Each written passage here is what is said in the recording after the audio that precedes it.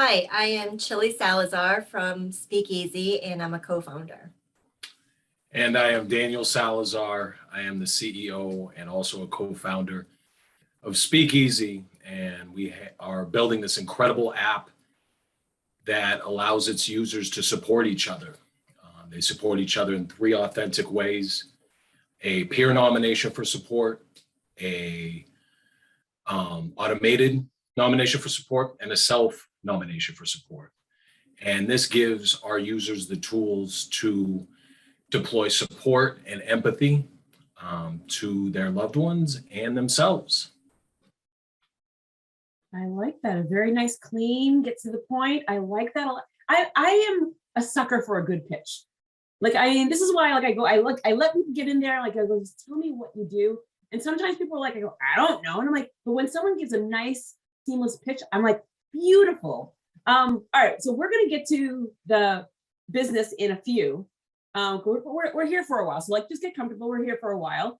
I started this podcast now coming close to 2 years ago because small businesses, entrepreneurs, innovators are not able to have a forum to tell their story on a larger platform, meaning that you probably get 5 or 10 minutes on a news channel, something like that, if you are new, if you're in trouble, or if it's a political year. And so I wanted to actually give a place where small businesses, entrepreneurs, innovators, startups could be in a place where they can talk about their product. But before we talk about the product, I always tell people there are human beings that are creating these wonderful things.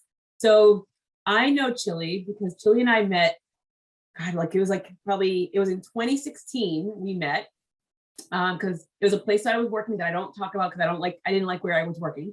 But we met in 2016 and I was just wowed by you. And I was brought in by one of your colleagues and you came into the meeting and I was just totally wowed by you. The energy, the excitement, the go, go, go, go. It was insane to me. And I'm like, oh my God, someone's going to compete against me against energy? What is going on here? I'm known for my energy. And I walked away thinking, oh, I'm tired.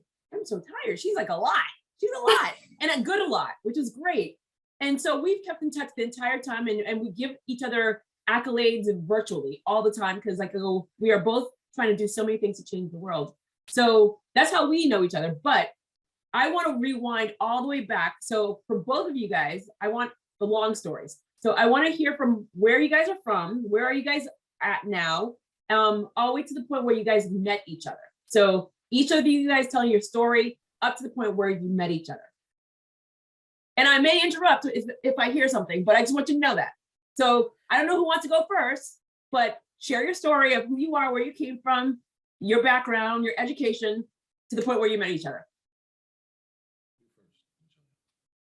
Oh boy, okay. My background, we could be here for days. So I will, even though you asked for the long version, I will semi-condense mine because there's also two of us. So I had a traditional, I guess, childhood, but what is normal these days anyway, right? But I was born here in the United States, but my family, my roots are from China and Hong Kong. That's where my parents are from. But I was born here, and shortly after, I actually was shipped back to Hong Kong to be raised by my extended family, my grandparents, while my parents were working hard trying to, establish themselves in the States and establish a future for our family. So fast forward. Wait, can I just tell you right now? Okay, so this is one of those things this. Usually, I don't it's usually the Barbara, Oprah, and me gets people crying later on. It's usually later on in the conversation.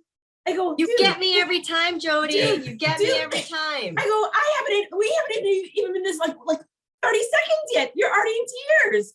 I go, we have to wait for this. We have to wait for this. Second question.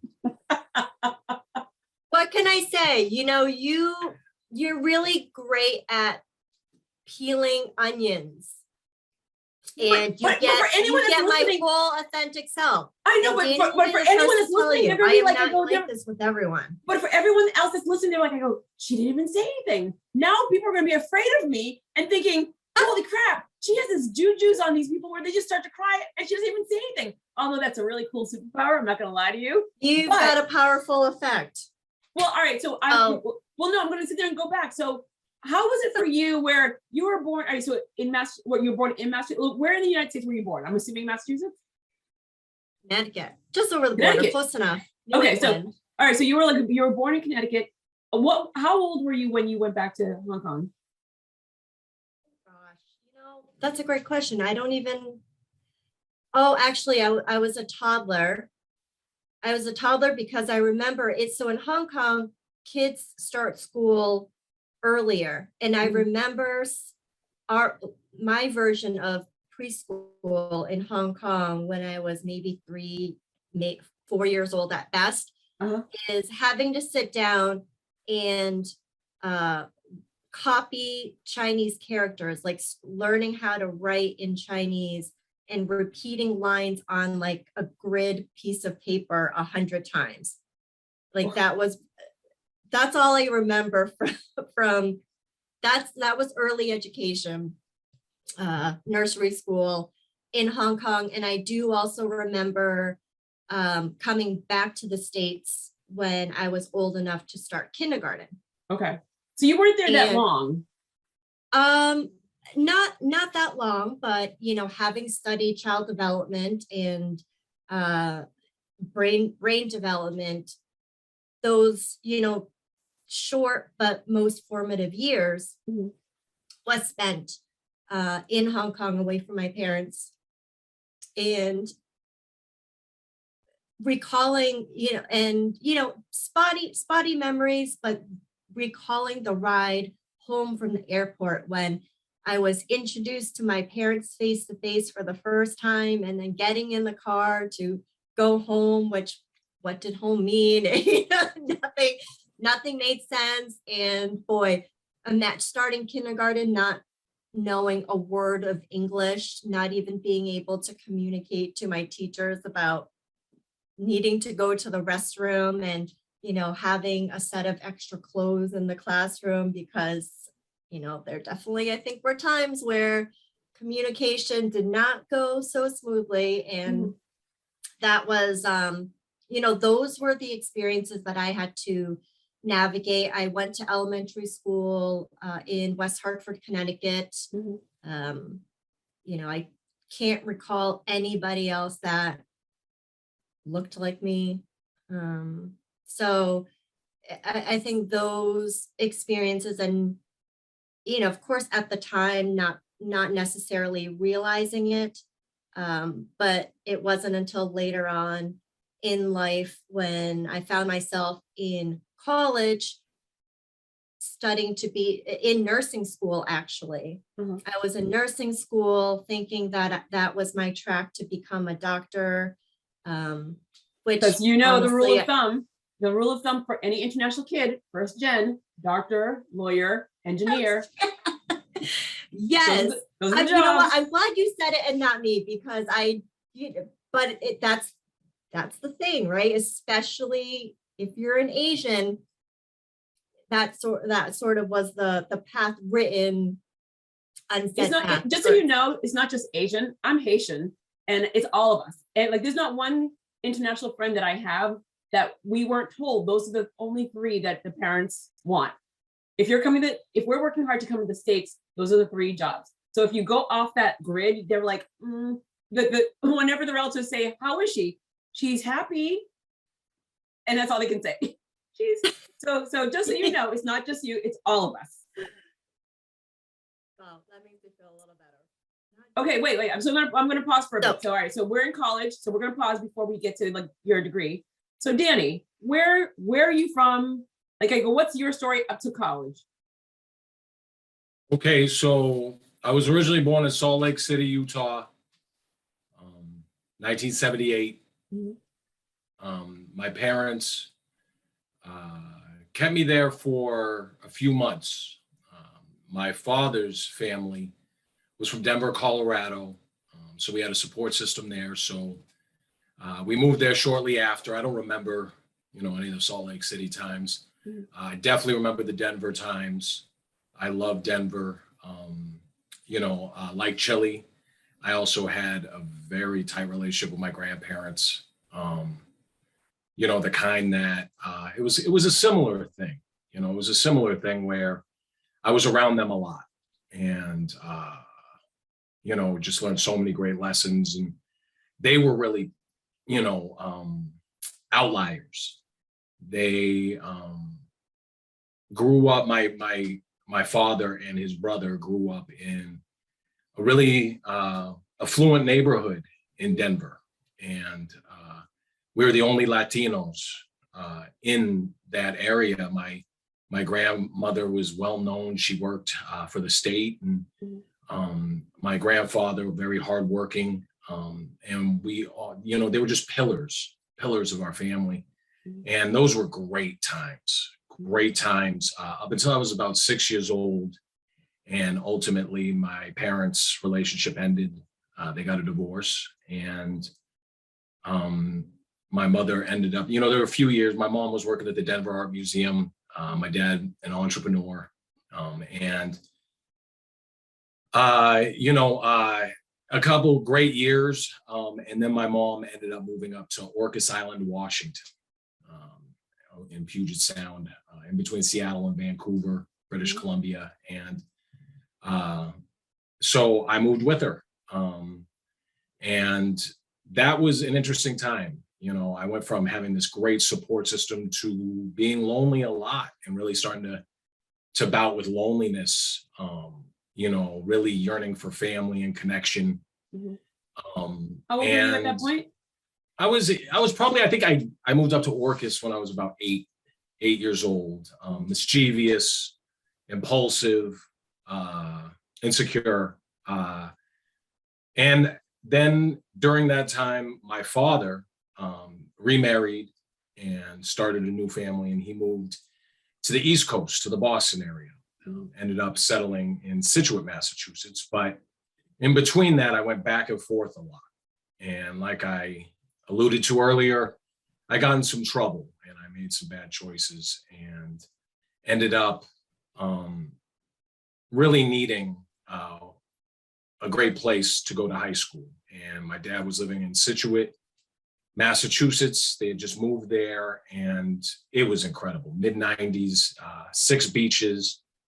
Had gone through some tough times when I didn't have any friends, and I ended up being really nervous about Scituate. Scituate is it's even though it has 6 beaches, it's a tough place. It's a tough place, meaning the people there hardworking, prideful. It was a great environment, and the community embraced me. I had always leaned on athletics. When I was lonely, I would always go shoot hoops or, play football with friends, and Scituate had these opportunities for me where I met mentors, and the best friends in my life still are from there. I ended up having a great high school experience with my, living with my dad and his family. I have 2 great sisters, and 3 great brothers. And when high school wrapped up, I ended up going to a small state college, now Westfield State University. And at that point, it was Westfield State College. Once I graduated, I started in education. I became a teacher. Pause. Well, we're gonna pause. Okay, so we're both pausing at college here. So I have good friends that live in Washington and Seattle, Moses Lake, which Moses Lake, small town as well out there in Washington State. What a big change from, you went from 3 major location changes, where the world of Colorado, Utah you didn't remember, but Colorado, it's a whole different vibe. And then you go to Washington State, where again, dramatically, I'm jealous because you got to see the orcas. I'm jealous. It's on my bucket list, where, that's like it's a beautiful, I mean, in regards to the environment and stuff like that, it's like to Colorado and we'll call Washington State, or like so environmental. People are like, you know, really outdoorsy, but again, still dramatic in regards of the culture.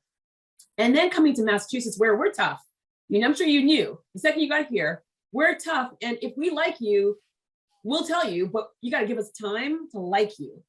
And once we like you just said, we'll bring you in, but we'll test you to make sure, because if you break that trust, we're taking you down. So how was it for you? You guys know. So how is it for you to go to, I mean, 3 different, I mean, God, Jilly, you were in New England. I mean, like Connecticut, like Hong Kong to New England to here. So that's another cultural thing. So the 2 of you guys, we'll call it diverse ethnicity, different points of the country.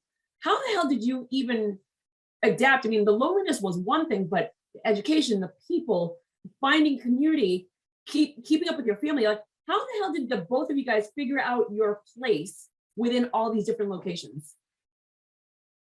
You go first. Well, I think I have to say I'm still trying to figure it out.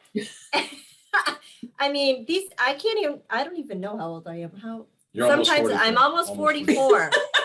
and I feel like it's a journey. It's a journey because there are so many complexities, and it bubbles up at different times and moments in your life. And so I'm constantly reminded, I feel like the older I get, the more cognizant I am of pausing at moments and realizing that it's somehow linked to all of these different experiences in terms of the way I'm thinking about something, the way I'm responding about something, the way that I am choosing to do or not do something.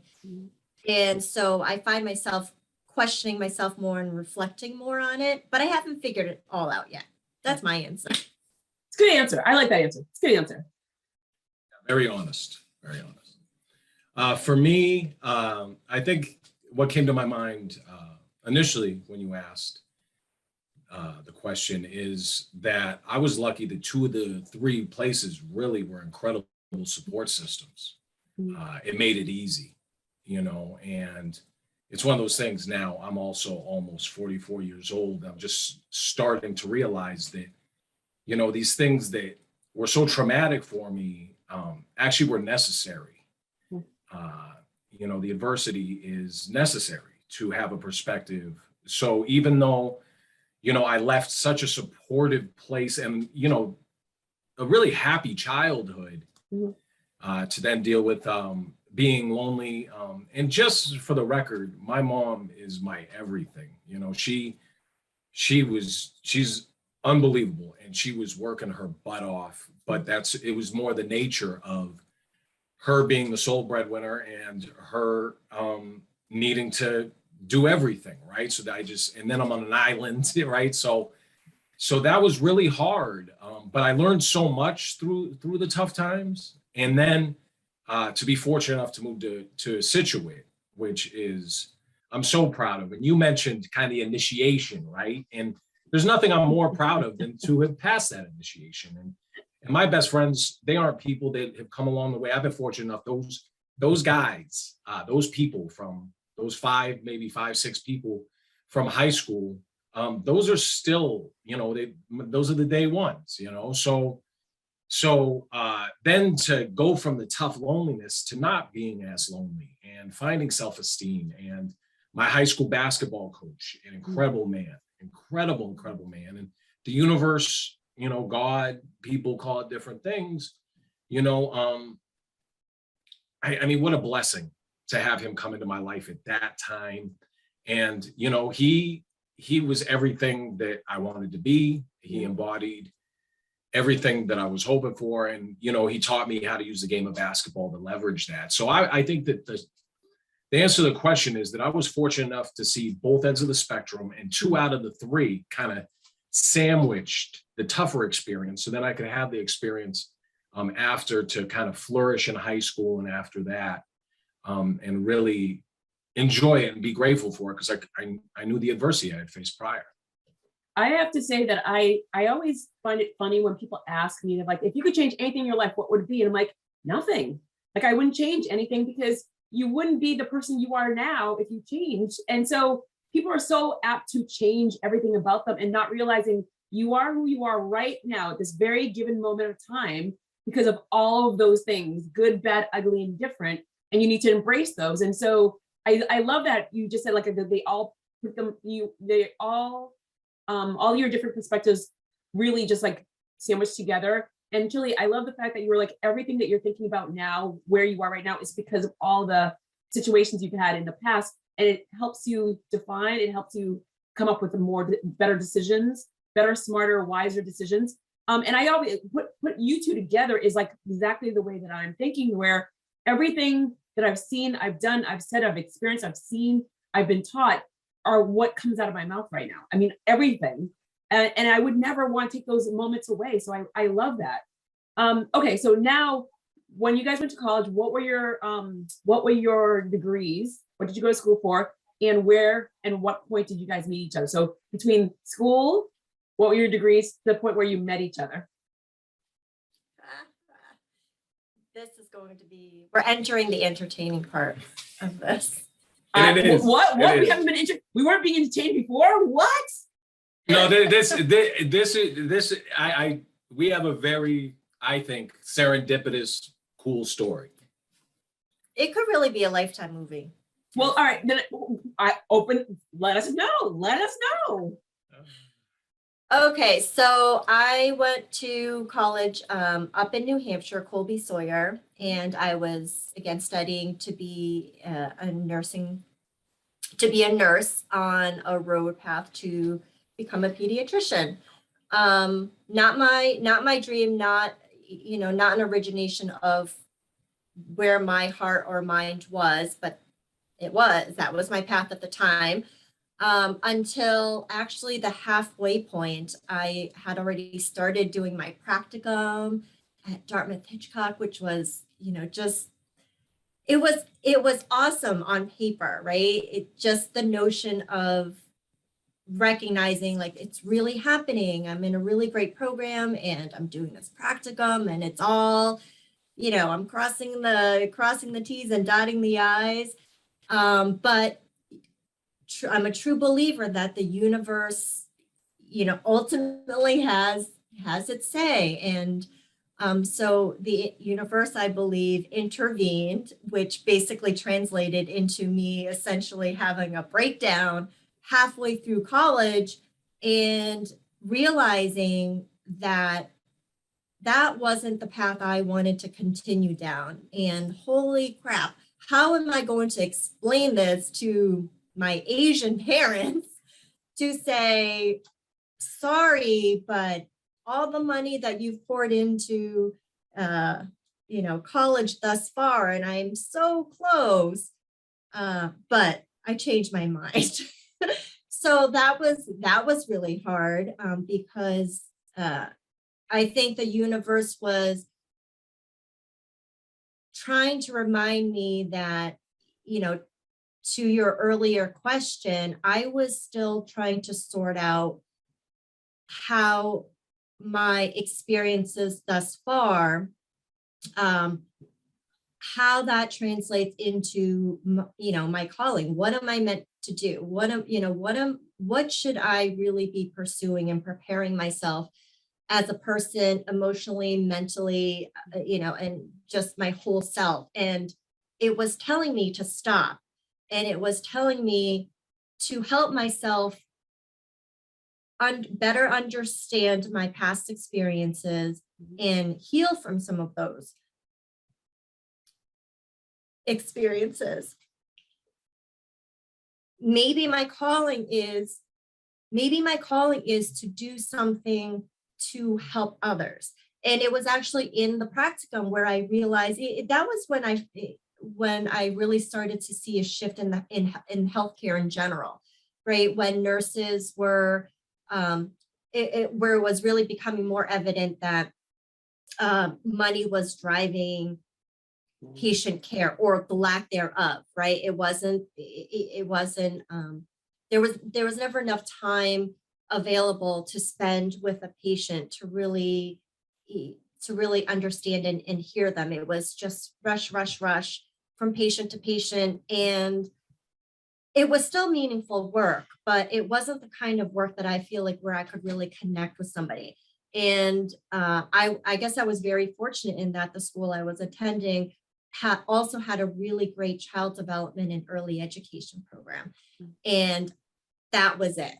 That was it, even though it meant, since it was two completely different tracks, I had to essentially start all over. I mean, none of my, coursework the first, 2.5 years translated at all. So it meant I essentially needed to start college all over again. But knowing that we could not afford another 4 years of college, I needed to, in order to explain this to my parents, I needed to figure out a way to squeeze 4 years of schooling into 2 years so that in the end, financially, it would all work out. And I did it as soon as, like, that break was also the beginning where, I worked my tail off the last 2 years, switched my majors, and ended up getting my degree in child development, early education, minoring in child psychology. And that was fulfilling for me in so many different ways. And it just opened my eyes to, okay, helping others, especially helping young people, is the way that I'm going to be able to also help myself. So the degree was the first step, and then it was to figure out how specifically. Was it to be a teacher?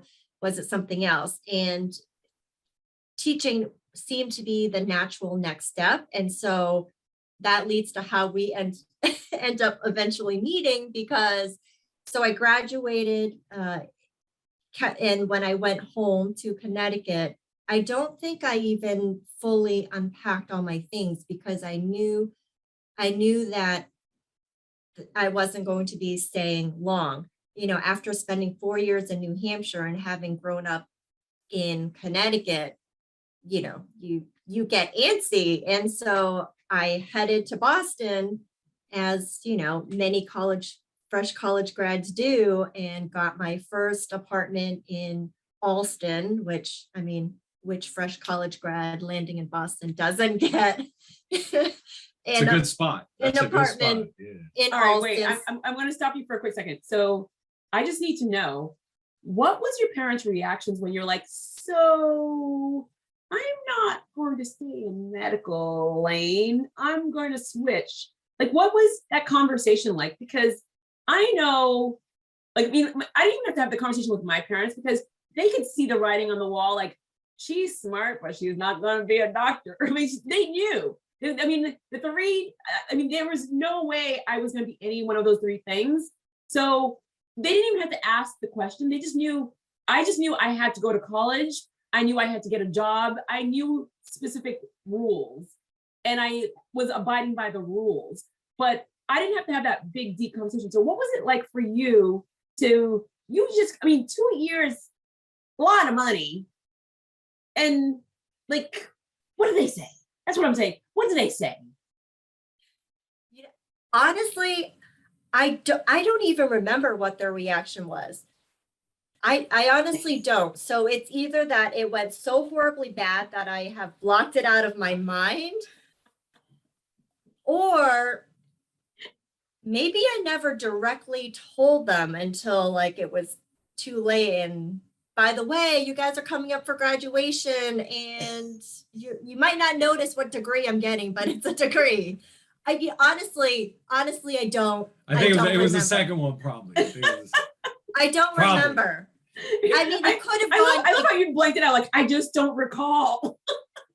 Yeah, you would think, right? It's such a big thing, right? And you see in movies all the time, kids freaking out and thinking, oh my gosh, breaking this.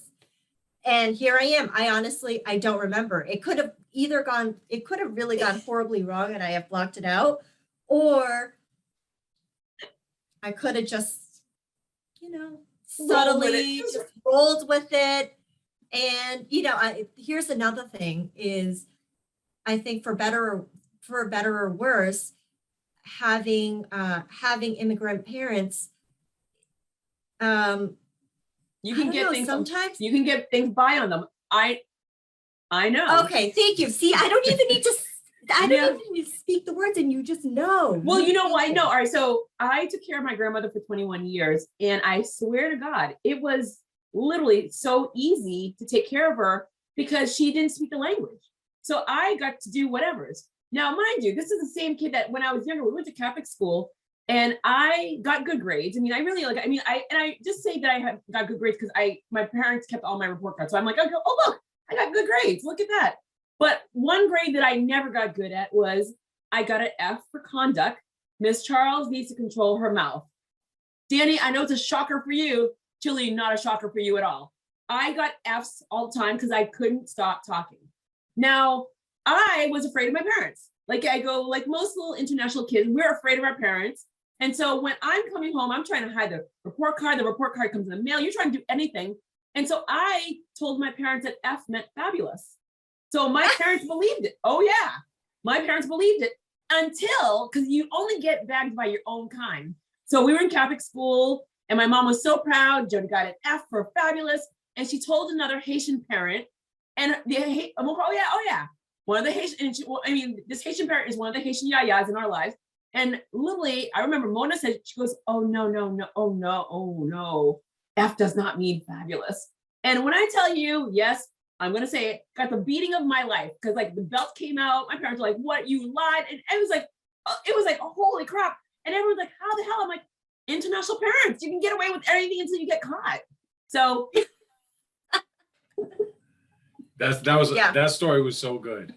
That unbelievable story. I love that story. Oh, Danny, when we go out for drinks, there's so many more of those stories that I have. Good. Like, literally, my mother would sit there and say, like, you come up with stories. I go, I took pictures because I take pictures of everything. So no, I have proof. I'm not lying. I got proof. Receipts. But anyway, so that's gonna be our date night when we all three of us go out. Okay, so we'll call it Danny. Now up to the college part for you. Oh, okay. Yeah, I think I mentioned earlier, I went to Westfield State, now a university, then a college, and it was awesome. A lot of situations. I was a movement science major with a specificity in physical education. Okay. So I was studying, human anatomy, biology, but also, teacher type courses, management and curriculum and learn how to write lessons and curriculum. And really, my first year in college, I played basketball and it just seemed logical. And I had mentioned my mentor before, my high school basketball coach, Coach Quam. And, he seemed super happy, being a teacher and a high school coach. And I thought that would be a really cool thing to go after at the time. And I did. So I went to Westfield State and played basketball for the 1 year and made some great friends. And, it was an awesome experience. So yeah, that's where I went. And I keep thinking like, okay, stop now. So was that, I should stop now, right? Stop. No, because I know how you're doing it. You're trying to like get it so they come together at the right time. So that was my college experience. So that was your college experience. But all right, so now, like, without me having to tell you, how did you guys meet? Okay. So this story is really good. This is really good. So I was living in South Boston at the time, and I found out that Mechilia was too.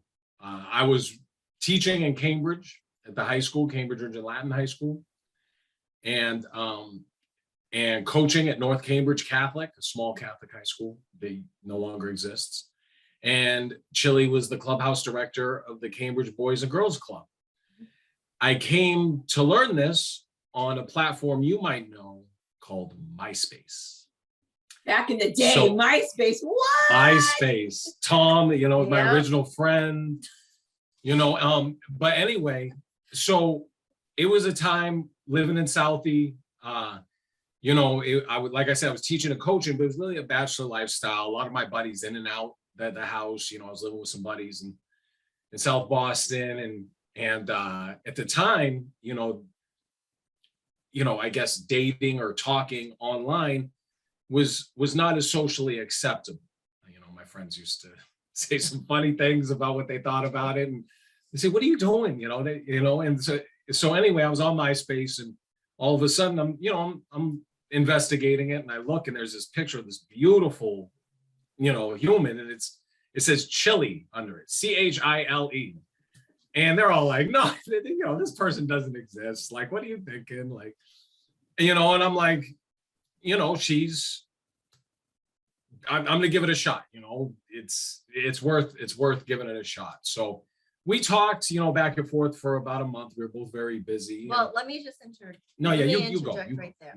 So I had just created an account on MySpace because I was part of the planning committee for our high school reunion. I think it was, I don't remember which reunion, but we were trying to plan a high school reunion, and this new platform called MySpace was a new thing. And so somebody said, oh, that would be a great tool to use to try to find all of our classmates. And so I really wasn't clear on how MySpace worked when one day I received a message from this person.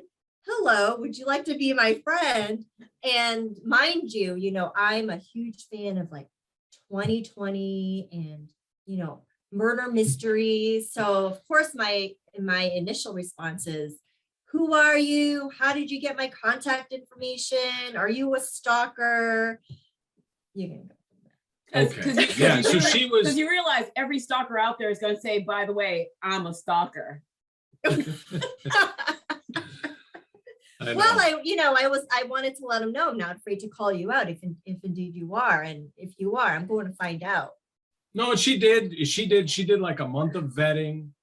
You know, we'd have conversations and that sort of thing. So about after a month, it came time to meet in person. And I have a favorite place in Boston, a place I just love. It's called Lucky's Lounge in South Boston. I don't know if I know it well. I know it very well. Yeah. Okay. So it's on the corner of Congress and A, and it's just, you know, I was a basketball coach at the time. So win or lose, I would always go there and get a meal and a drink after. And, you know, it was just, it was a great place. And so we decided to meet there. And, you know, at the time, mind you, I was thinking 50-50 at best, this person's real. And, you know, it was a Friday night, and I think we had just won. And I think back then I didn't win much as a coach. It was early on. So, and like I said, a lot of me and my childhood friends would be in the place. So Friday nights was like, okay, let's all hang out at my place in Southie. And so, you know, a couple hours go by after the game, and I say, oh, I realize, you know, I'm super late for this date I'm supposed to be on. So I leave, and then a couple of my buddies hop in the car with me, and they say, you know, we're coming too. I said, I'm going on a date. Like, I'm going on a date. Well, okay. Wait.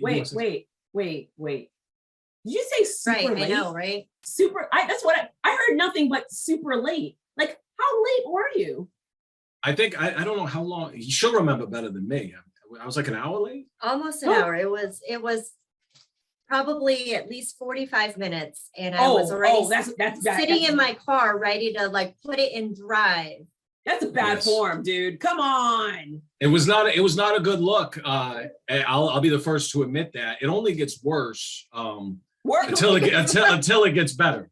So I, you know, I came down the stairs. You know, I parked on the bridge. I came down the stairs, and she was under the underpass in the car. And I looked, and it was her. And I'm like, wait, this person exists? Like, this beautiful human being that's named Chile, like the country. Like, I was like, wow. And she's looking at me like I'm crazy, right? And I'm like, she's like, hi, I'm Chile. And I was just like, take it out. I'm like, oh, I'm Danny. You know, do you want to go in? And she's like huffing and puffing, like, this guy can't be serious.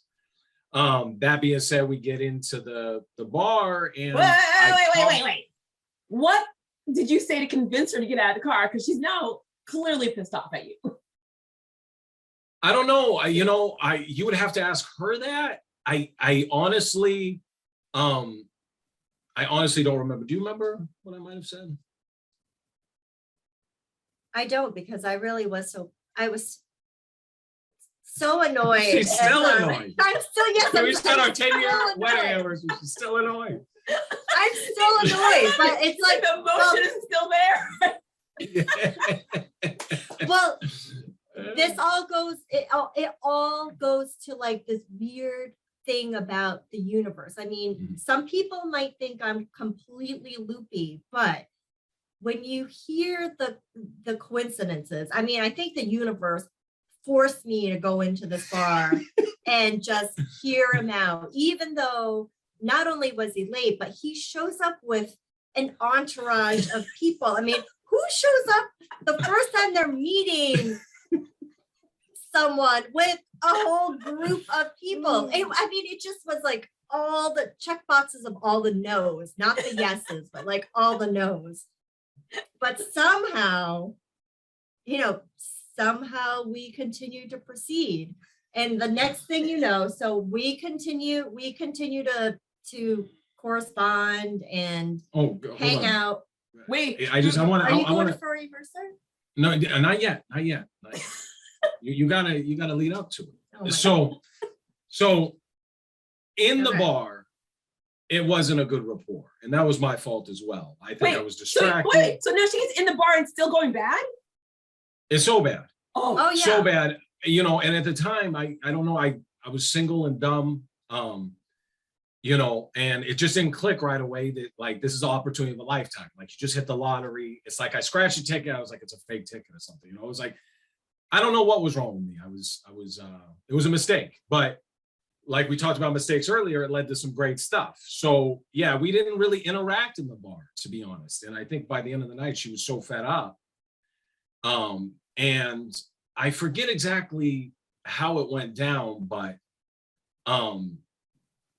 I think she was driving me, or I was driving her, and she's not happy. And I'm thinking, okay, this is the last time I'll ever see this person. And I said, well, where do you live? What's your address? Where in Southie do you live? And she said, well, I live on 4A Mercer Street. And my jaw dropped. Like you, I'm rarely at a loss for words. And I was like, whoa. I said, she starts to describe the apartment. She gives me specifics. I said, I had just moved out of that apartment. No. I think 4 months prior. Yeah, 4 months prior, I had just moved out of that apartment. And I drive her up, and it's like, that's the serendipitous part, was she was living there. She was living in the same place and at the end of when I was living there, I had 2 roommates, and they ended up moving out for different reasons. I talk about lonely, right? I'm living in this Southie apartment, 3 floors, all alone. I ended up moving to another part of town with a friend that I grew up with, to his parents' place. They own the place. And she was living there. She was the next person to move in there. So her landlord was like, what's going on? And he goes up to her and he says, listen, there's an old resident, like he's lurking around. We're worried about it. And she's like, no, that's my boyfriend, Danny. Guy couldn't believe it. But then it did click. Then it did click that, hey, you did just hit the lottery.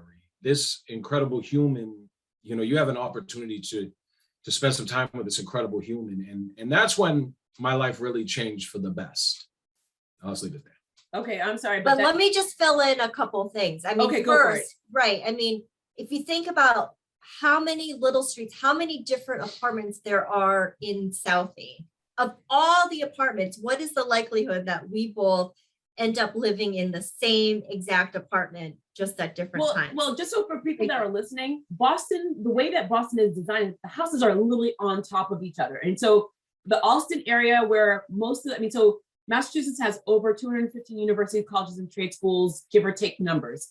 And in the Allston area is where all the college students live, because they just, literally landlords compact all these buildings, and they're like, I mean, it could be slumlords, but these kids will like live in all different floors. So many kids packed in. They don't take care of the buildings, but it is what it is. In Southie and Alston areas like that. And so being in those areas, to be in the same exact apartment is the probability of that is like literally low, like extremely low, because of all the apartments in that given area that they're all compacted the same. But the probability is really, really, really beyond low. Exactly. And on top of that, so, in the meantime, as we're just like getting to know one another, I'm trying to also pull information from him so I could do my undercover sleuthing on the side. And so a couple of other things uncovered. First, which I do give my brother-in-law credit, is, realizing that Danny actually went to school, not only went to the same school and was like studying in the same major as my brother-in-law, but the two of them and my sister all went on spring break together previously. So he had already met my sister without you during college, without years before, us not maybe ever 10 years crossing before, paths. about 10 years before. So it was like a weird, I don't know what you call it. Coincidence. And what was the other piece? I mean, and so when I learned that, drove a Mazda oh yeah, when we 626. were seniors in high school, again, before we I was in knew college. each other I was in existed. You were in college? Mhm. I drove mine in high school. But anyway, we both drove red Mazda 626s. Which is probably the least of the least of the I mean, things. all right, so I have to sit there and say the apartment comes number one, your siblings knowing each other, and then comes the car. That in that order. Within that. And just like the first date, like it took me a while to get my bearings about it, because when she first approached me about it, she said, "Do you know?" And his name's Steve. She said, "Do you know Steve?" And she gave me the last name. I could say last name, right? Don't matter. Steve Menard, and I don't know why I said this, but I said, I don't know who that is. It'd been like 10 years. I said it just didn't register, and so after she had asked me that question, she was like, "This is really weird," and she went back to Steve, and she's like, "There's this guy, and I think I like him, but I'm not sure." And she was actually considering, going in a different direction. Yeah. And I was still, single. I was in Providence for the weekend with my best friend, and she called me and she said, "Why did you tell me you didn't know Steve Menard?" And I said, "I know him. That's my guy," and she's just like, and actually I didn't know till years later, she had said to him, "I think I'm gonna break up with this guy." And he had vouched for me. And he had said, "No, Danny's a good guy. He talks a lot. He's a talker, but he is a good guy. You consider getting to know him a little more." So, and that's also serendipitous, right? Like I'm doing the opposite things. I'm like not paying attention. I'm not even acknowledging someone we both know really well. And he goes to bat for me, and we've been hanging out ever since, I guess. Choose your friends wisely. That's the end of the story there. Choose your friends wisely, because they will vouch for you. All right, I'm gonna rewind the clock for a little bit. You guys meet. How long before you guys get married?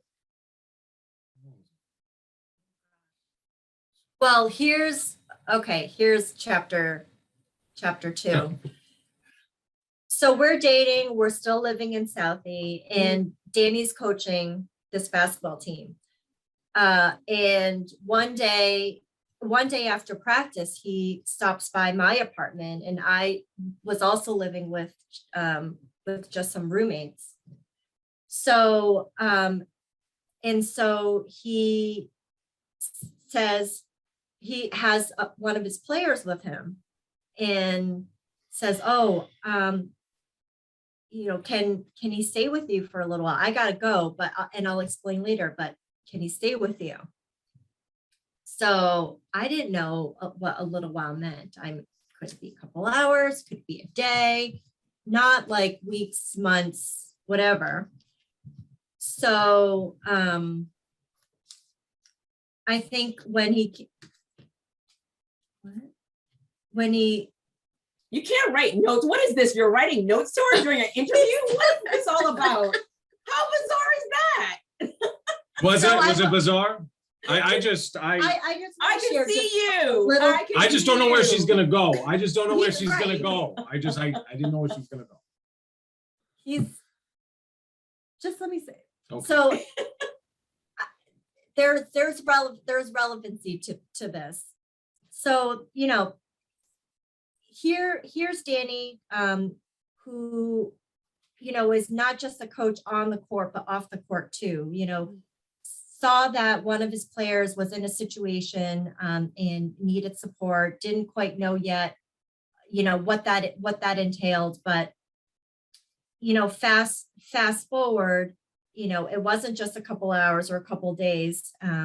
You know, one of his players really was in a situation where we had the ability to respond and help.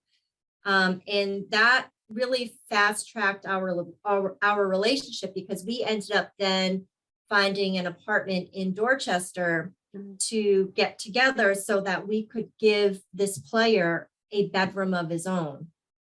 We were just dating and living in separate apartments, like trying to figure out. But she was living in my old apartment, so you know.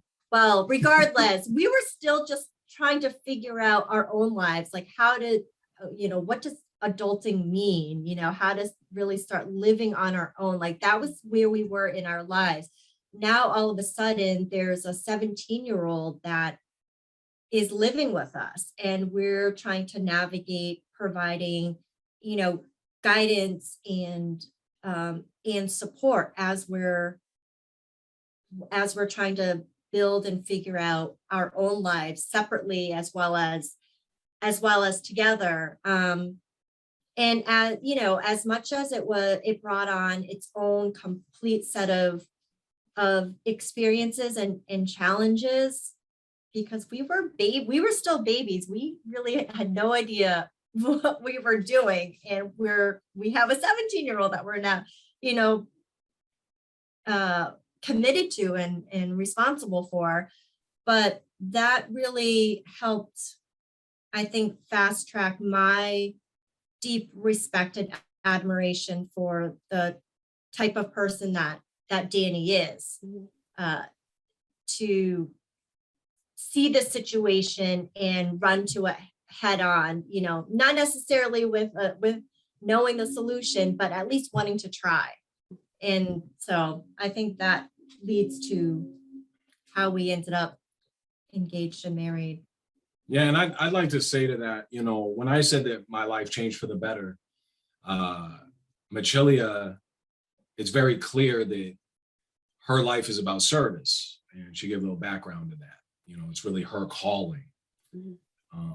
And she is incredible at it. And I knew that if I was going to be with her, that's what our lives were going to be about. So that's kind of that's how we live. A lot of people don't get to see that side of Mechilia. They don't get to see that how selfless she is, and how, I don't know if selfless, how much work she does to help people. I think that's the better way to say it. And never wants credit, but it's her fuel. You know, that's her fuel and that's her calling. And, you know, thousands of people she's helped, you know, not just that one player, but there's been thousands of people. And, you know, that's how we try to live our lives, is through service of different ways.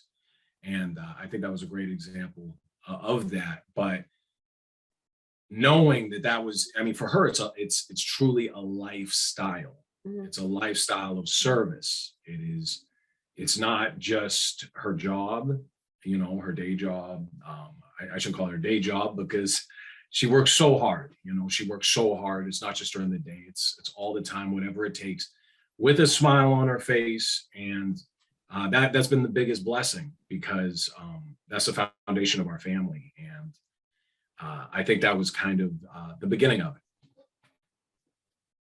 That opens the door to the business. Mind you, there's going to be many more things I want to ask in between, but what is the business? Why now? What does it do?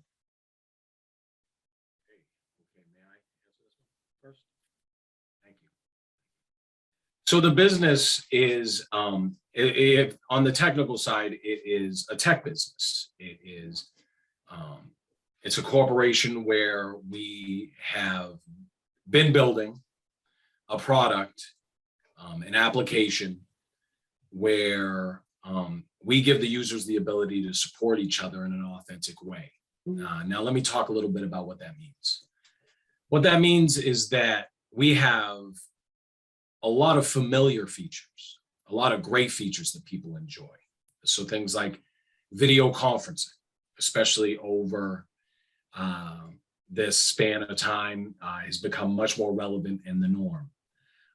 Things like direct messaging, things like a library wall, which is almost like a group text, a group messaging forum, if you will. And these are things that are very familiar and things that everybody does on a daily basis for the most part. But what I'm most excited about, what we're most excited about, is the proprietary features that the app has. And I mentioned them earlier. I'm going to go into a little bit about each one. The first one is peer nomination for support. And what does that mean? It means that, so I'll just give you a real life example. 2 days ago, we had to take our dog to the emergency, going through some tough times. She's older. So we've been testing the app for a long time now, just trying to improve it every day, trying to make it try to get to the dream, get to the vision. And I knew she was going through a tough time. So in her cell on the user interface on the screen, there's a heart in the top left corner, and I simply pressed that heart, and it prompted a message that said, "Are you nominating Mechilia for support?" And I wrote something to everybody. And I said, "Hey, listen, check in with her. She's going through a tough time. I know she'd appreciate it." And once I press that nominate tab, it then goes to all the users within our private group to offer support in their own way, with boundaries. That was the original idea, and it's just exciting. It's exciting.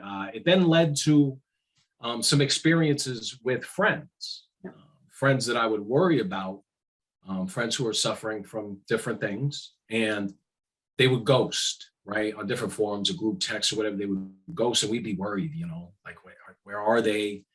They wouldn't respond to messages. So we have an automatic nomination for support. And what that automatic nomination does, it's just an automated thing that if you're inactive for 7 days, messages go out to people in the group saying, this person's been active, maybe check in on this person, see what's going on with this person. We really like that one.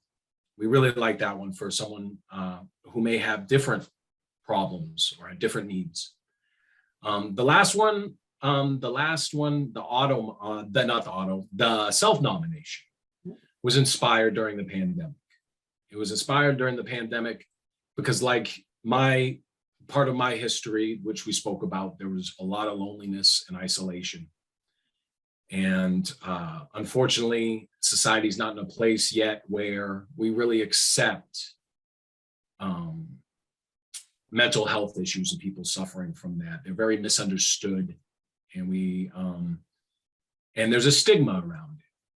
And I had a friend, and I won't say that friend's name, but I love him, and he's the kind of guy that is super successful, and on paper, he just really not lacking for anything. Successful, people like him, but he lived alone, and he got on a message and told me and a couple friends, I'm struggling. I need help. I'm lonely. I'm scared.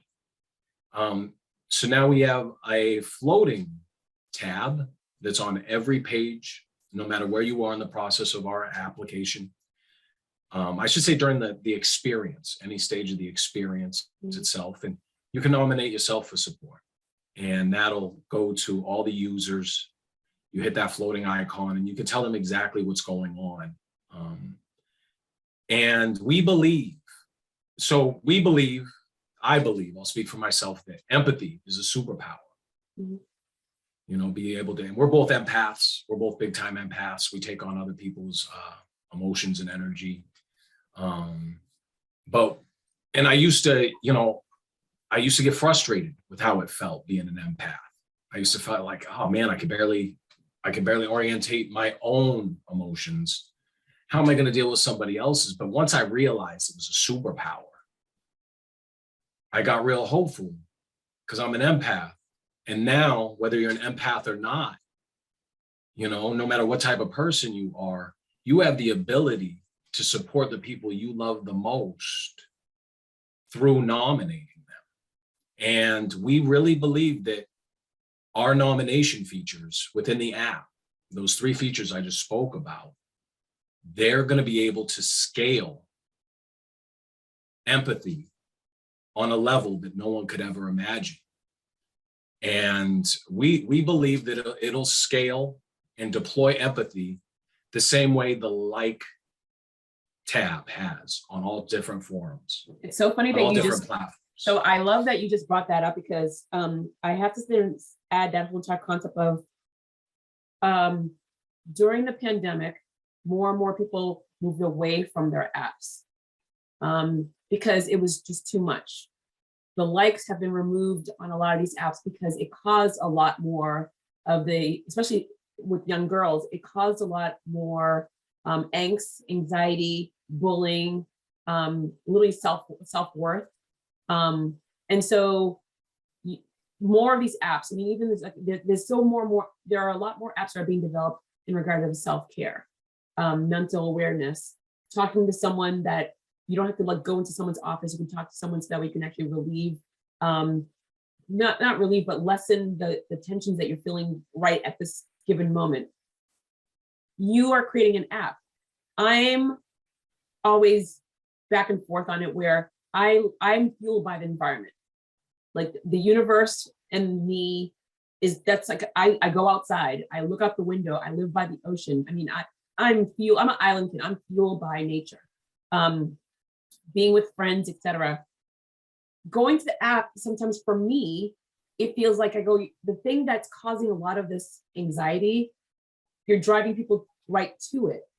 So what's the argument for you in regards of that? Because for me, I'm like, how do we get people away from these technologies and more talking and being with people or engaging with people? Like you had basketball, you had a coach. I mean, and Mechilia, you're helping in all these different organizations, the Boys and Girls Club, but now people are like going towards the app, thus adding more to the loneliness.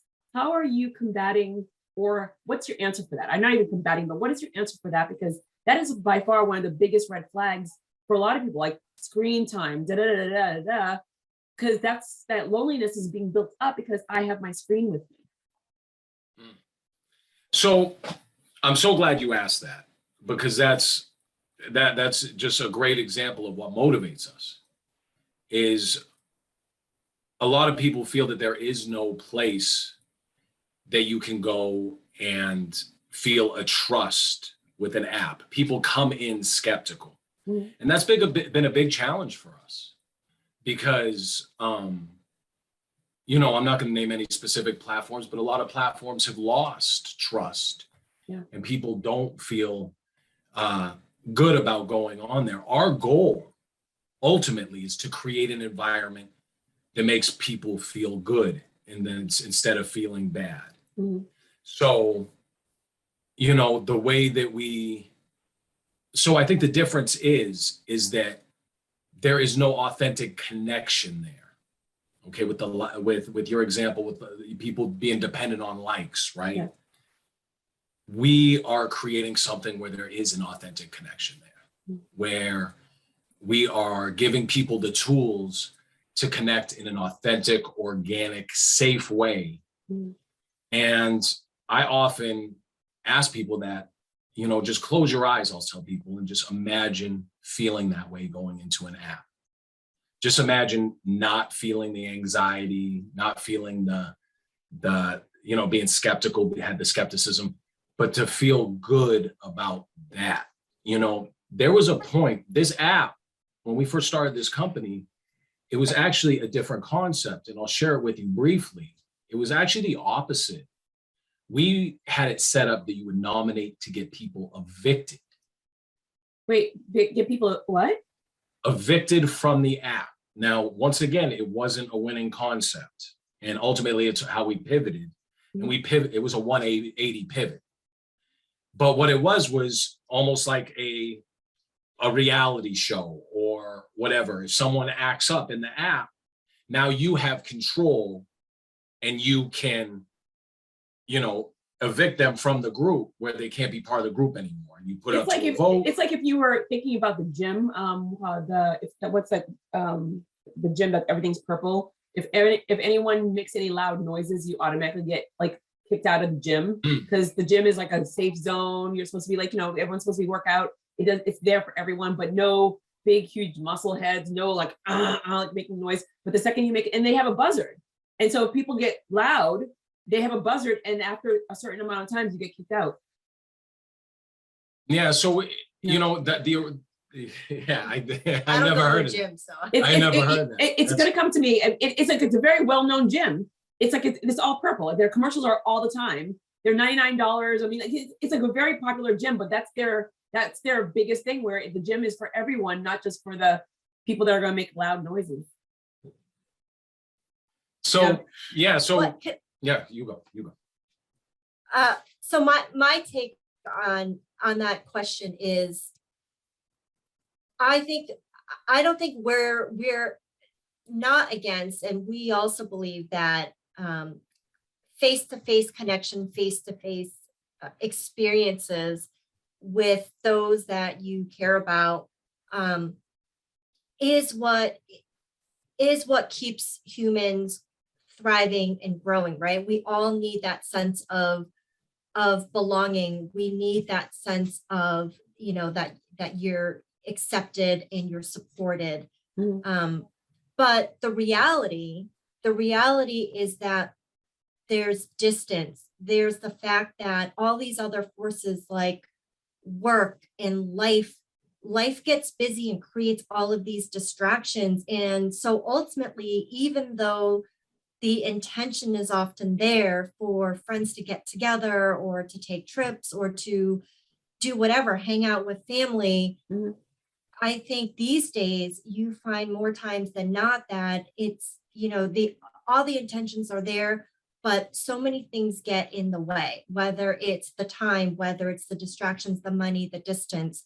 You know, one very specific example that I think about, where I really believe this can be, you know, one of those situations where, you know, the saying of, if you can't beat them, join them, right? I don't think we're close to getting billions of people to all of a sudden drop their apps. We need to encourage people to have more human connection. But until then, how do we use that for positive result benefits, knowing the negative results of how a lot of these platforms, what these platforms are causing, even though their marketing is all about bringing people together. But we see the statistics all the time of what it's doing, especially to a lot of young people.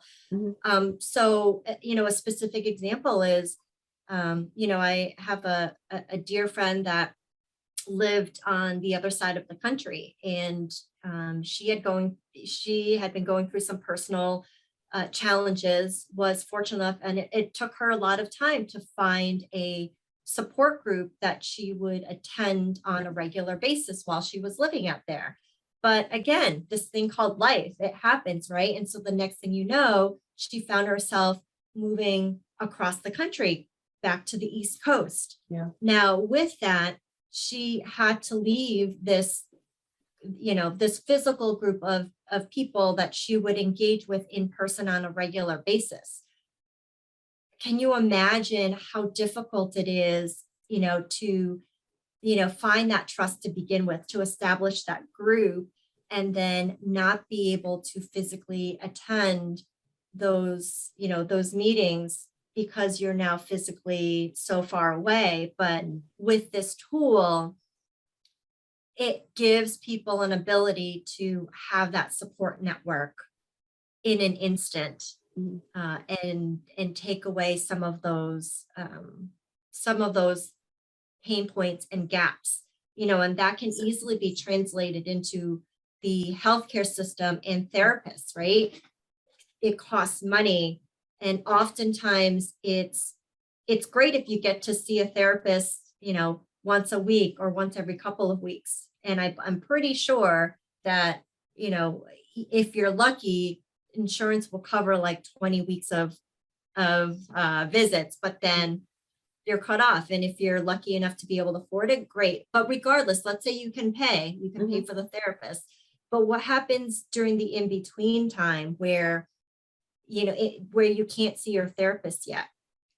And so this can really be a powerful tool where if you have a set up safe space of important people in your network that you can safely nominate yourself to say, hey, I need to reach out. I need a voice. I need an ear. But one would say, I have a phone. I have these phone apps. We have family groups on WhatsApp. We have groups on Facebook. You have all this noise out there, all these other things. Why would I want to use your app versus all these other apps? So that's like one of the things where so many people are starting their business. I mean, so I'll use, I'm just going to not use example, but I'm just going to put this into play where we see that there's like literally over 20 million people have left good paying jobs. They want to do something for themselves. They're not happy where they are. They're not being recognized.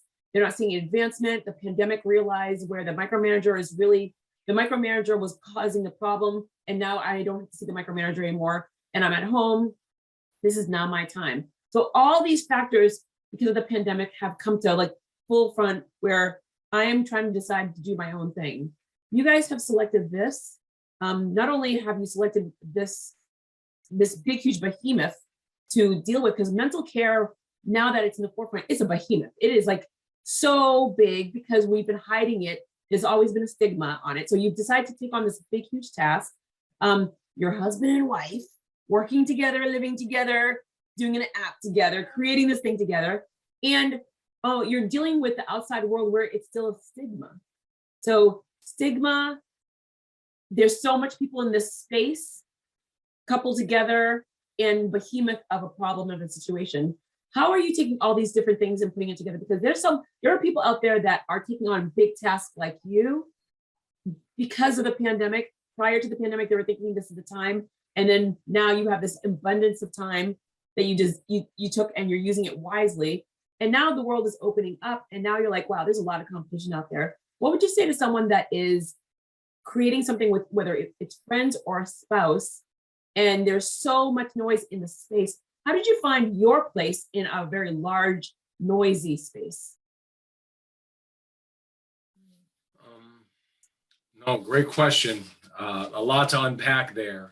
I think to answer your first question, why would someone use our app when there's so many other apps, correct? I believe that was a question. And, yep. And it goes back to what I started with, and that's the ability and the tools to support your people in an authentic way. And those features, those proprietary features, will supply those tools and that knowledge and that support for people. So our goal is to create, it's an optimistic goal. We want to create an environment that feels different, where people truly feel safe, where people truly feel supported. I think that, people love comparisons. So I think that it's somewhere in the middle, right? It's somewhere in the middle of maybe some of these more well-known platforms and a group text between you and your college friends or you and your siblings, where you will reveal more private things and you have a safe environment. But now it's not just a safe environment. You have the tools to express empathy for the people you love the most. And it's one tap away. It's one tap away. And everybody in that group who loves you and supports you and spends the time and is invested in you can now support you. At the same time, you just talked about the overall, you called it a behemoth, right? So that like just the size of the problem. I mentioned earlier, we live in service. And it's a problem that we believe is worth solving, addressing, helping to solve. Anything that we can do to help not only destigmatize, but give people the tools to recognize the importance of their mental health and then apply the self-care needed. Mhm. I think also you had asked about the challenges of working together and being married and living together. I'll let Chili answer that. Well, and also during a pandemic and you have a child. Yes, we do. It's very peaceful in this house.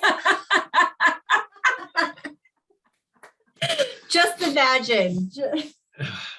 Yeah. I think in short. But in thinking about, you're right. There's so much noise out there. There's so many distractions. There's so many, other shiny things, new platforms, but at the end of the day, the problem still exists, right? Billions of people every day spend hours upon hours texting, texting each other, doing video messaging with each other, engaging on other social networking apps. But corresponding data still shows us that we as a nation, we're spending billions of dollars in addressing mental health issues. And more, even more important than that is the fact that we're losing lives. The loneliness epidemic is a thing that has no boundaries. It doesn't matter it doesn't care how much money you have or what your circumstances are. I think what the pandemic has shown us is, regardless of age, where you live, what your circumstances are, loneliness is a thing, and it can be really serious, and it can lead to other even more serious things, whether it's making unhealthy choices to find a way to self-cope, because the social networking platforms that exist right now always, are planting seeds that the grass is always greener on the other side. Look at everybody's perfect lives. Before you answer the question about how it is working together, to stay on this for a quick second, because I know I've taken way too much of your time already, and I have two more questions for you. But I'm a latchkey kid. And I'm sorry, I'm of the latchkey generation. My parents were in the house 24 hours, where my dad worked at night, my mom was during the day. So that way 24 hours a day, they were in the house. And yet my dad worked at night, so he slept. So we were like on our own. We knew the food was ready for us. We had to get our homework done. We were latchkey kids, even though there's a human being in the house. We had to do our things on our own. When the pandemic was happening, and I talked to all my friends that we grew up with, we were all latchkey kids. You had the key around your neck, you got yourself home, you walked home, you knew how to open the door, don't talk to strangers. You just knew. We were taught certain things. During the pandemic, people were calling. They're like, "How you doing?" I go, "I'm good." They're like, "Why?" I go, "I was a Haitian kid. I was not allowed to leave the house anyway. So I wasn't allowed to leave the house. I was supposed to be in my room. I can find things to do at any given time. I'm good." And I go and I will the phones. I'm constantly communicating with people. And you're of the generation of the technology really bolstered. And mind you, we're a 10-year gap, but literally the technology really bolstered. I'm constantly fascinated and wondering, what is it really the technology that really made it where everyone was, because we were in front of TV sets growing up. Was it really that the bolstering of the technology that changed that whole entire concept of figuring out how to live and do things and just entertain yourself? And the technology just drove I'm so lonely, I need to be with people. Because I see that all the time where I'm like, we weren't allowed to watch TV at certain times. There were no's, there were limitations. And now you're seeing this whole entire craziness of kids obsessed with being on screen. I'm like, where are the parents? Where are the people saying no? Whether it's the parents, whether it's the teachers, whether it's the coaches, you were talking about your coach. You guys both talked about your grandparents. Where are all these people on this 9.5 billion people that we have on this planet? Where are the people that are guiding us? Because they were there before. They were there before. So what happened that now it's not even just the stigma of mental care. We've always had the mental care situations, but now it's just like so much for everyone of all ages. What's going on? What are we missing that we need to fix right now? Not even talking about the app, but what do we need to fix to make society better? Because you two young people, that serendipity brought you guys together, opened your home to a young person in need without even thinking twice about it. Our house is always open. If you're an international person and you're visiting the States and you knew me, my parents would open the door like, come on and just stay at our house and we cook you a meal. What happened that there's a disconnect that people are just feeling lonely? The numbers are really high. People are on apps. People are committing suicide. You see this, so many young people taking their lives. What's going on? This is your world. I just want to get your thoughts of what that is. It's such a big answer, but I'm just curious because I'm watching all of these things and I'm scratching my head thinking, what are we doing to ourselves? So I'll just do my best job answering that question. I think that loneliness can be misunderstood sometimes, or people look at it differently. What I mean by that is that people look at it very literal, that they're alone without other people physically around them. But what we know is that humans need connection, right? So loneliness, ultimately what that is, it's not being alone. It's not even being isolated. It's feeling alone. And sometimes when you hear people talk about loneliness, the worst bouts of loneliness come when they're around the most people, because there's almost a self-shaming or guilt aspect to it. Like, you're blessed. You should feel good. You have A, B, and C in your life. Why are you worried about D? But the way we're trying to shift our thinking and the way that we're trying to hopefully inspire people to shift their thinking is a more positive track, and that's the self-talk somebody has. I mean, that's getting a totally different level, but we all have conversations with ourselves. And usually when those conversations are negative, it doesn't matter who's around you. It doesn't matter what your circumstances are. You're going to feel that way. And it's because of a lack of connection. That being said, that's kind of, how do I say it? That's kind of how things are. There's almost a pride in doing things on your own. There's almost a shame in asking for help. And that's the stigma that we truly want to fight. That's the shift in perspective that we truly want to help people find. And that is the motive behind the features in the app. Like when I talk about familiar features, those are things that people do every day before we thought of the concept of this app. Mm-hmm. What we're trying to do is put tools in the hands of people that are lonely, that the shift in consciousness goes from being ashamed asking for help to being proud and knowing how courageous you truly have to be to ask for help. Yeah. And everybody needs help, and it's okay not to be okay. And there's a lot of cliches I could say, and I agree with almost all of them, because people need connection. And I think that people feel lonelier than ever, to answer your question, because there's all these apps and there's more distractions and noise than ever, and they feel more disconnected than ever. Mm-hmm. So it's confusing.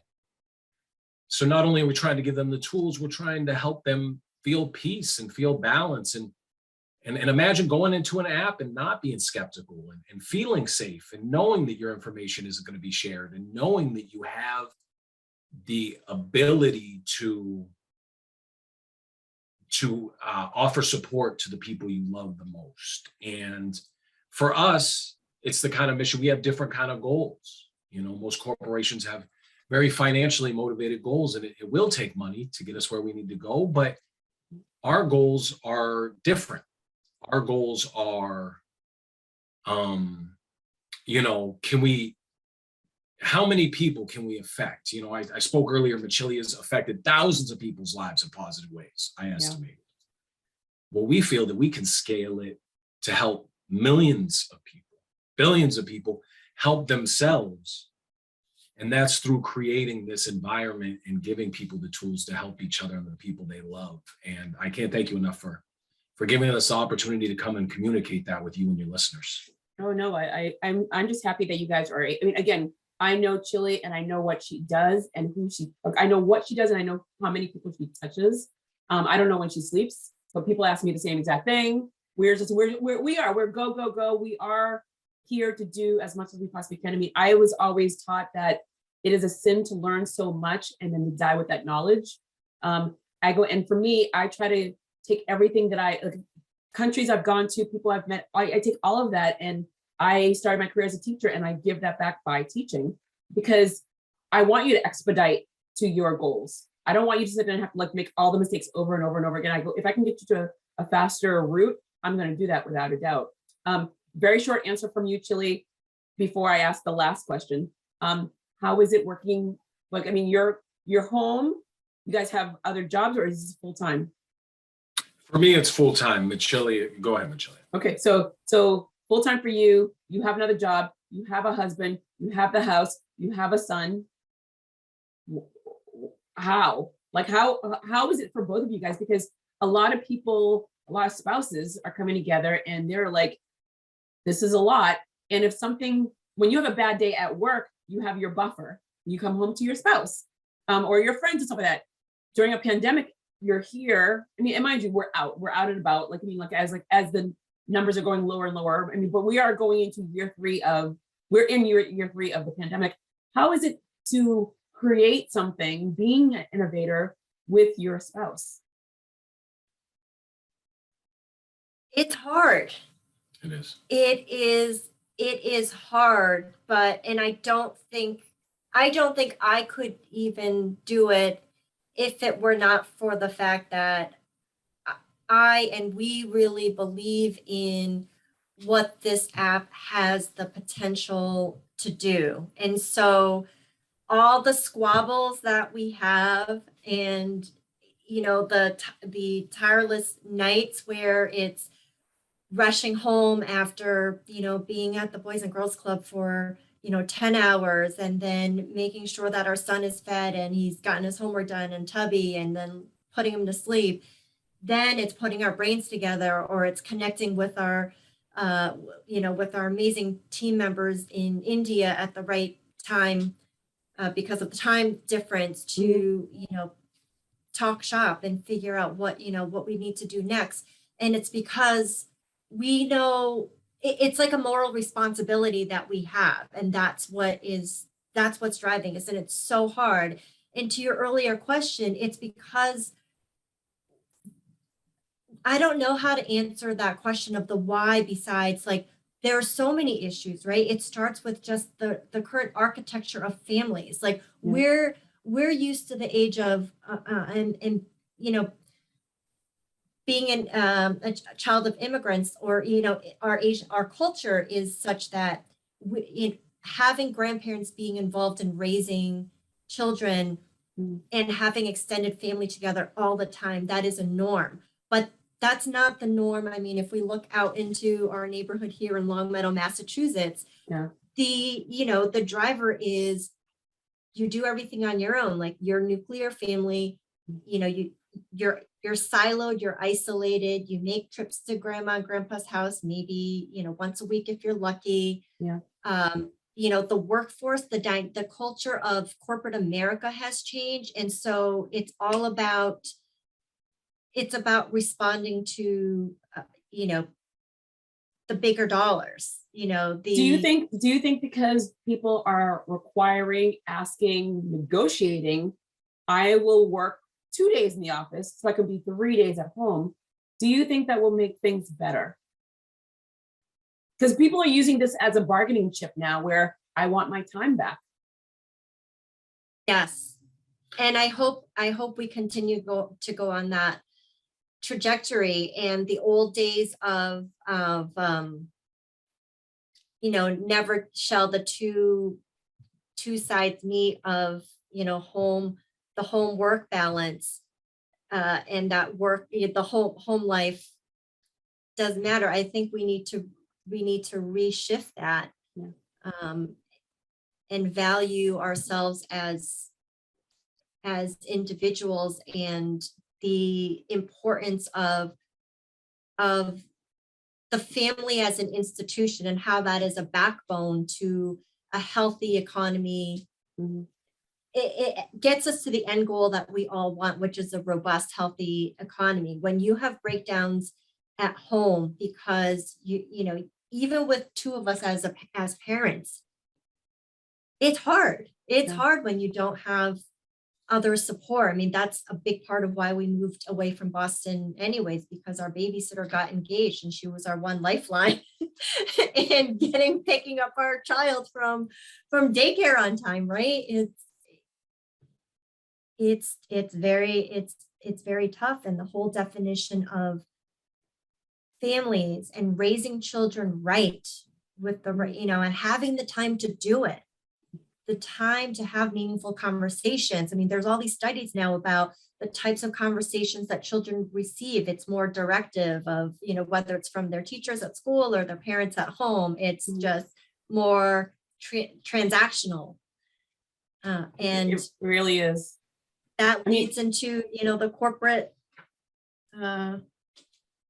I could go on and on. Well said. Days. Well said. No, you know what, I mean, I agree. I totally agree on so many different levels. I mean, because, again, as I mentioned, I mean, my grandmother was, not only did my grandmother, she was like my parents' backup, but I took care of my grandma for 21 years before she died at 95.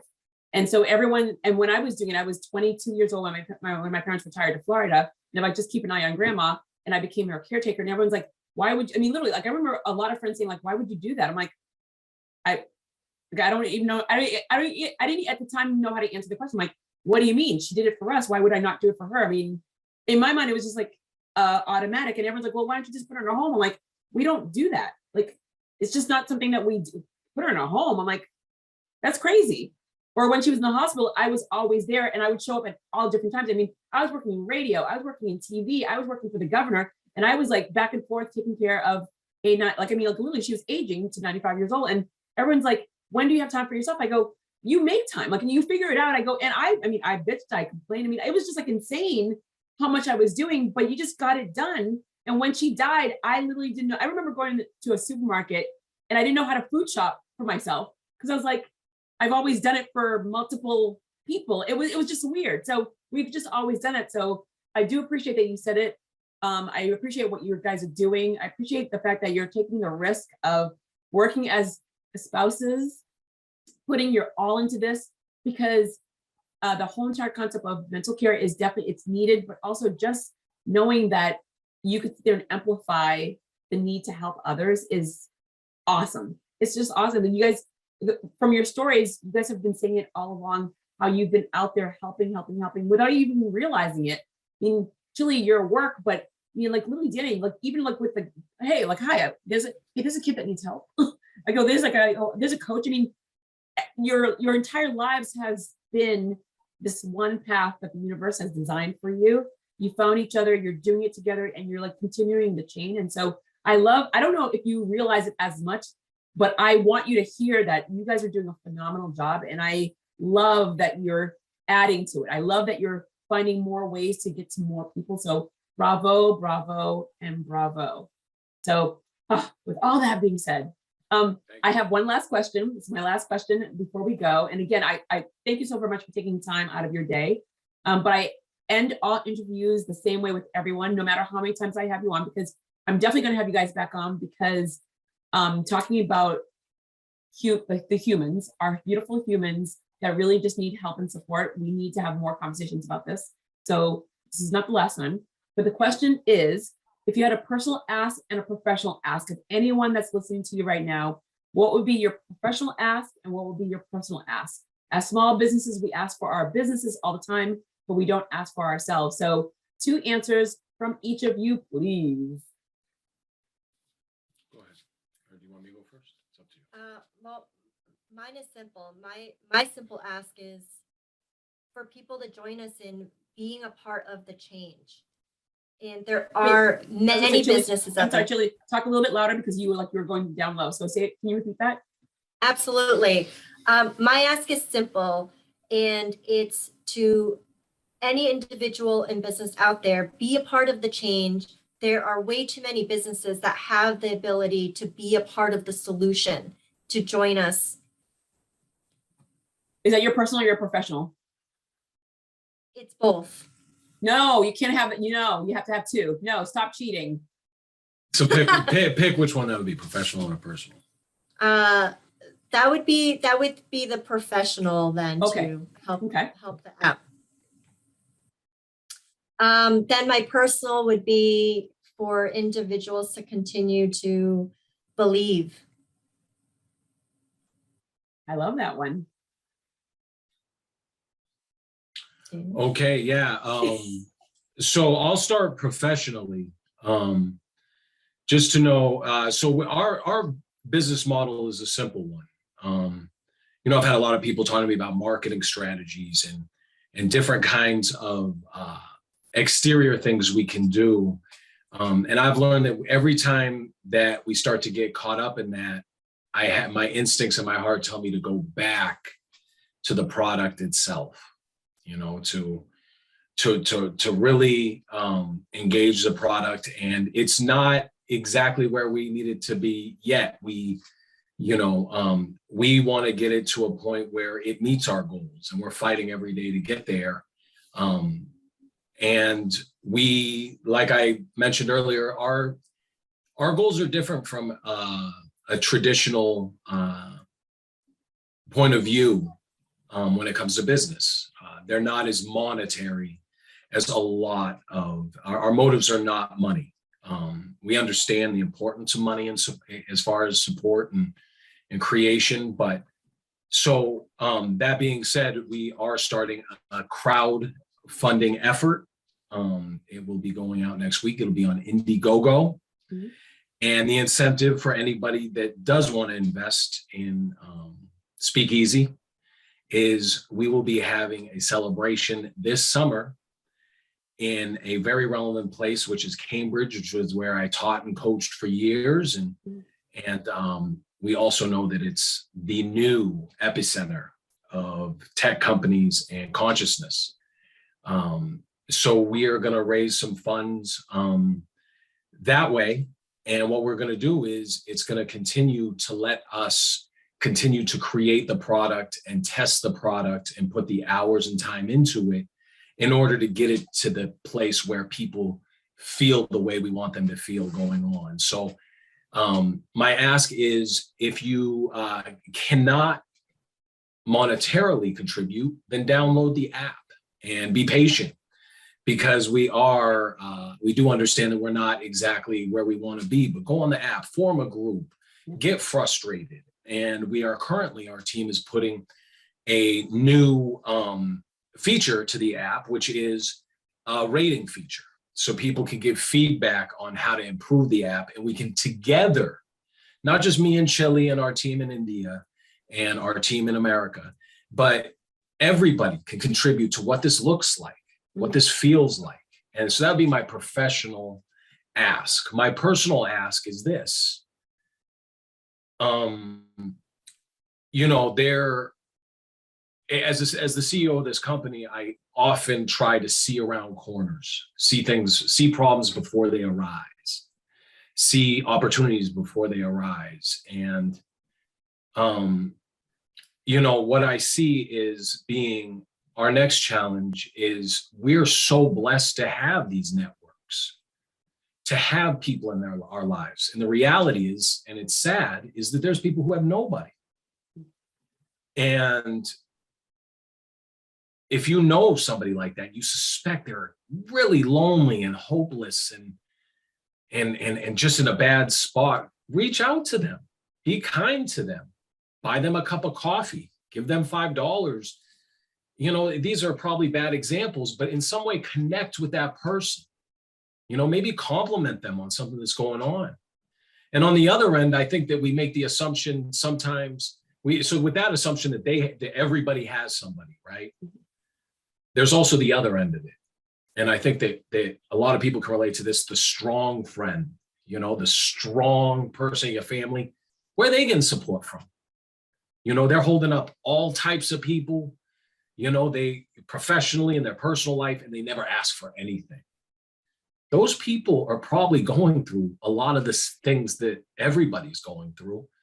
You know, reach out to that strong friend. So that would be my personal ask.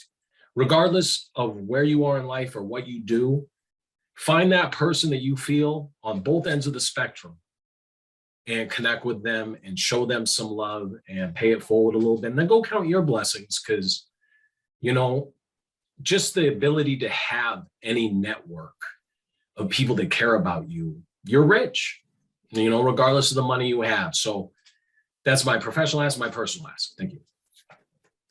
Look at that. See, all right, so this is the best part, because I had asked Chili a while ago and she's like, okay.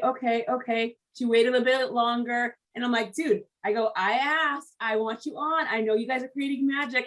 And this was wonderful. Thank you for, this was wonderful. And the best part is, I know Chili, but I don't know Chili. I've had relatives on who are like, I didn't know that. So I love that I'm getting to know my friends. And just like hear stories that I would have never heard of. So thank you very much for your time. Thank you for your tears. Thank you for your laughter. Thank you for the stories.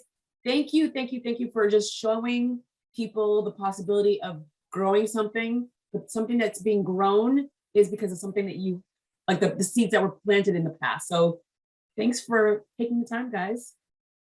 Thank you, Jodi. Thank you for the opportunity, Jodi. Oh my God, again, until next time, and we are going to go out for drinks or dinner or outside or a walk, whatever you want to do, but we need to make plans, because I haven't been to Longfellow area in forever. Anytime, open invitation. Well, I was gonna say the last time I was there, because I went to the Big E, so I went to the Big E and I drove past it. The Big E is really cool. The big, you know what? The Big E is really cool during the week when nobody's there. Yeah, it is awesome. No, it's a great event. It's a great event, and I got to see, look, and I gravitate towards small businesses, and I was talking to farmers. And when there's a lot of people, you don't get to talk to them, and they feel like they're like in a fishbowl. If you're going to go to the Big E, go Monday, Tuesday, Wednesday. Literally, the second it opens, and leave by 3 o'clock is when kids get out of school. You have the entire fair to yourself. You can talk to the farmers. They want to be spoken to. They're small businesses too. Yeah, definitely. You're the best. All right. Thank you. Bye, guys. Thank you. Bye. Thank you.